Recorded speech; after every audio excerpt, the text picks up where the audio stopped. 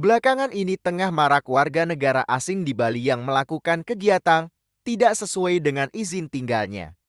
Kepala Kanwil Kemenkumham Bali Pramela Yunidar Pasaribu menerangkan, sebanyak 6 WNA terjaring operasi yang dilaksanakan di Bali. Terhadap orang asing ini akan dikenakan tindakan administratif keimigrasian. Lebih lanjut, Pramela menegaskan bahwa pengawasan dan penegakan hukum keimigrasian terhadap WNE adalah prioritas utama bagi jajaran keimigrasian di Bali. Sementara itu, Kepala Kantor Imigrasi Kelas 1 TPI Denpasar Rida Sahputra menjelaskan rincian masing-masing kasus WNA yang diamankan tersebut. Pertama, warga negara Ukraina inisial DL ditangkap di sebuah butik di daerah Ubud. DL kedapatan sedang melatih teknisinya untuk menginput berkode harga produk yang dijual di butik tersebut. WNA itu juga tidak dapat menunjukkan dokumen perjalanan atau paspor aslinya saat dilakukan pemeriksaan, bahkan sempat melakukan perlawanan terhadap petugas. Kemudian, warga negara India berinisial SW diamankan di kawasan Jimbaran. Pria itu pemegang investasi yang berlaku hingga 4 Agustus tahun 2025.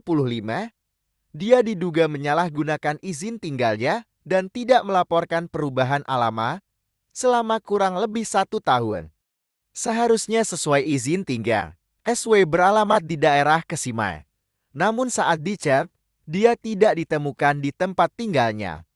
Selain itu, pelanggaran yang diduga dilakukan SW adalah memasarkan villa di Bali kepada WNA lain melalui media sosial miliknya.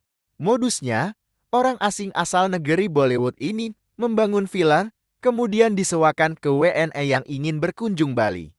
Hal ini sudah dilakukan sejak tahun 2021. SW menyewakan villa senilai 25 juta rupiah per bulan.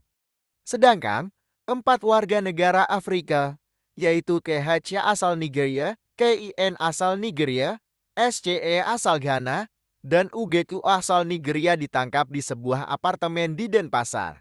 CHC tinggal di Indonesia melebihi masa izin tinggal alias overstay selama kurang lebih 15 bulan, CN overstay 17 bulan, SKH overstay 9 bulan, dan UGU belum dapat menunjukkan dokumen perjalanan atau paspornya.